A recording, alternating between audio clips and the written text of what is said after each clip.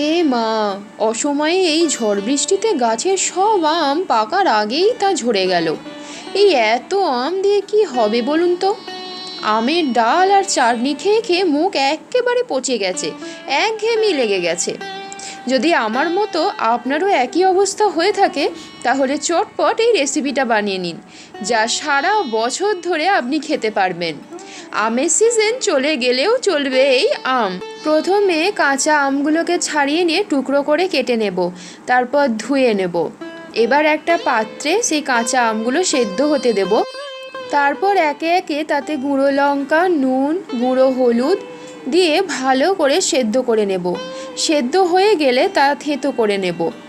এরপর তাতে একে একে হাফ কাপ চিনি, ধনে গুঁড়ো, জিরে গুঁড়ো, লঙ্কা গুঁড়ো ও গোটা জিরে দিয়ে আর একটু নুন দিয়ে নেড়ে তারপর আচারি একটা গন্ধের জন্য সর্ষের তেল দিয়ে ভালো করে ফুটিয়ে নেব। নামানোর ঠিক আগে ওভেনটা অফ করে দিয়ে তাতে দিয়ে দেবো একটু গ্রেট করে রাখা আদা।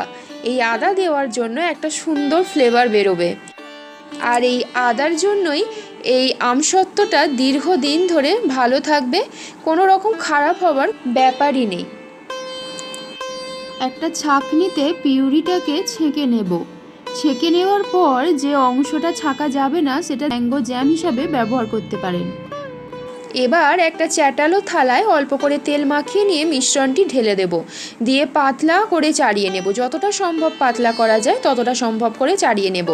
এই অবস্থায় 1 থেকে 2 দিন রোদে দিলেই তা তৈরি টক মিষ্টি ঝাল স্বাদের আমসত্ত্ব, যা সারা বছর ধরে রাখা যাবে, একটুও নষ্ট হবে না। মুখ ছাড়ানোর জন্য একদম উত্তম পদ এই আমসত্ত্ব।